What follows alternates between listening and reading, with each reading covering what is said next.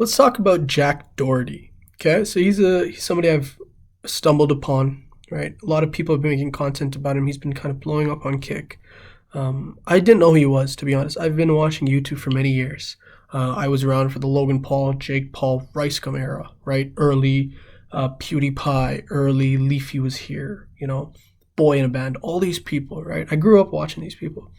And Jack Doherty, was never somebody I knew. It's funny, I found out who he was when he first started kick streaming, when those clips got popular, him punching out Kurnikov's bodyguard, or friend, his bodyguard punching Kurnikov's friend.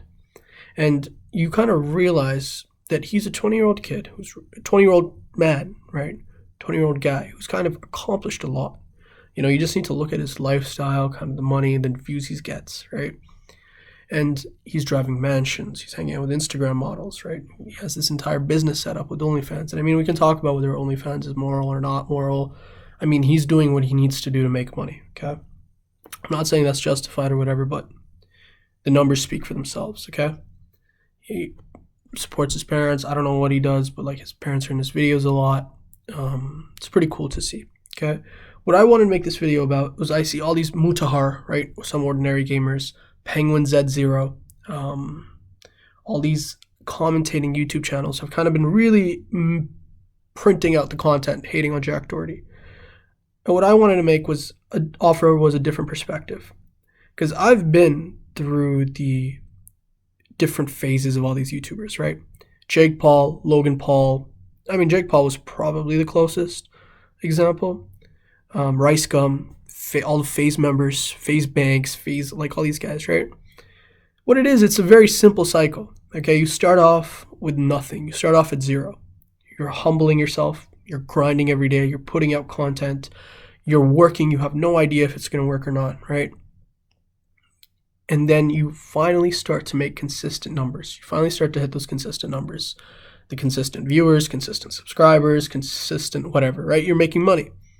And if you're 20 years old, you're 19 years old, right? And you have all of this notoriety, you have all of this money, which is a result of success on YouTube, especially in the early days.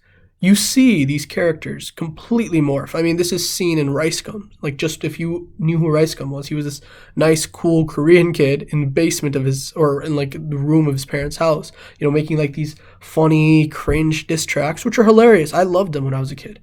And once he started blowing up, he just won 80. He Gucci and chains and living in mansions and, dating models and completely shifted, right?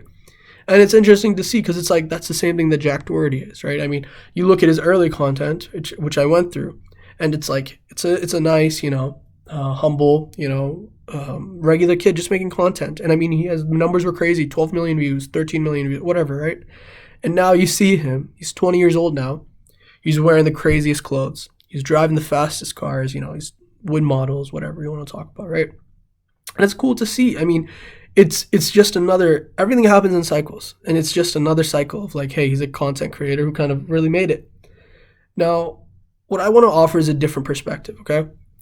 Wherein, when I was younger, I used to watch these same videos. So the Penguin Z0, Mutahar, Some Ordinary Gamers, right? All these commentary channels, right? There's a lot of them. And they would make these hit pieces per se. Cody Co, for example, right? They'd make these hit pieces on these creators and just kind of shitting on them, talking about how much of a piece of shit they are, right? How they're just terrible people and they don't deserve all the money that they have, right? And when I was younger, I used to watch these videos a lot. And I'd be yeah, you know what? Yeah, he's right. This person's right. He doesn't deserve this. He doesn't deserve that. And looking back, to be honest, I feel that was just, in one word, and I know it's not going to sound good, but it was cope. For some reason, me watching those videos made me feel better about myself. And I don't know if maybe you agree with this or not, but that's how I feel looking back at it. And it's funny seeing the same thing happen with Jack Doherty, somebody who I didn't know about even a month ago, or 2 months ago, or so whatever it was, whenever he punched that friend of Kurnikov's. It's interesting to see. It's now I can appreciate, now that I've kind of graduated college and everything, I appreciate him. Like, I appreciate what he's done. He's been grinding. I mean, if you look back, it's been what, 7 years? He took a risk, very, very early in his life, and his parents supported him.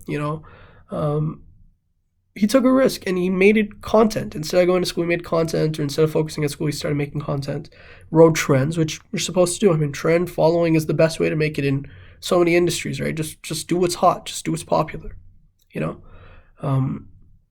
At least that's how you get started. Then you can kind of mesh into your own thing, right? Create your own thing, create your own way. And I can really appreciate what he's done. And I just want to offer, like, hey, maybe instead of just shitting on the guy, instead of just like, he's a terrible person, he's whatever, understand that, hey, he's 20 years old with like all the money in the world. More money than I've seen, more money than like most of my friends have seen, or probably some of them will ever see, right? I mean, the guy's flying private, he's riding around in Lambos, McLarens, he has full-time security, right? All the stuff that like people talk about in rap songs, like Lil Baby I listen to, and all these guys they talk about in rap songs, like the guy vlogs, like that's his lifestyle, that's his day-to-day lifestyle. I seen a clip of his Christmas video where he gifted all of his friends, like all of the girls that works for him, like he runs an OnlyFans thing, agency, whatever, I don't know what it is exactly, but he runs these girls. And he bought each of them like Rolexes, and like his parents, he handed his parents like just cash. His mom a Rolex as well. It was just crazy. Like, where's this money coming from? And if I was 16 again, I would have been like, this guy does this and this and this, and he's just wrong for doing this, and like, he's just stupid and whatever, all of this other stuff. But now that I'm older, I'm like, yeah, you know what? It's cool to see, He's really made it. He's working, he's creating content, he's found content that works. Whether or not the content's stupid, I mean, it's getting views, right? If it wasn't getting views, he wouldn't do it. He would pivot to something else. I promise you, if making educational science videos, right, like doing science experiments, was something that would get him more views, he would do that, right? It's just the name of the game, right? It's just about going out there and doing something. It's just about creating your own content. And I can appreciate that from him.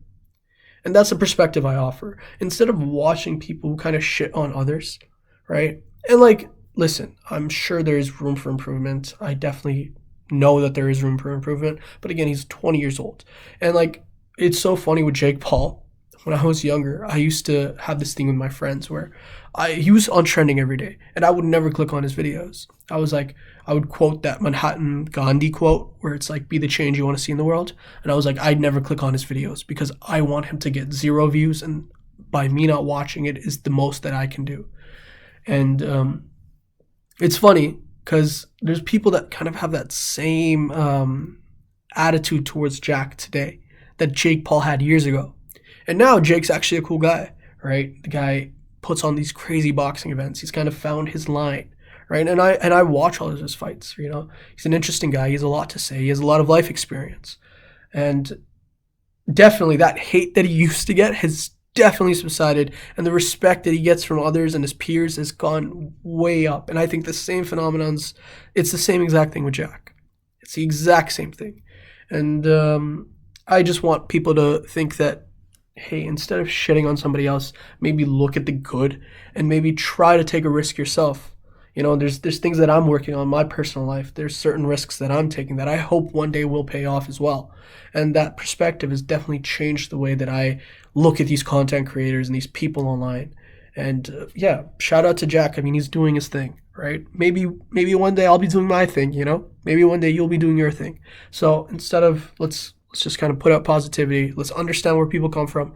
And hey, if he does shitty things, call him out. But like watching content of people just shitting on somebody else, right, for some internet content that they're making that doesn't even reflect their IRL personality or who they actually are or their relationship with others, I think that's just cheap. And like, it's content that I used to watch to like cope with. And I'd recommend people don't go down that path. They kind of like reach out, form their own opinion, and just respect people for what they do. Okay, peace out, guys.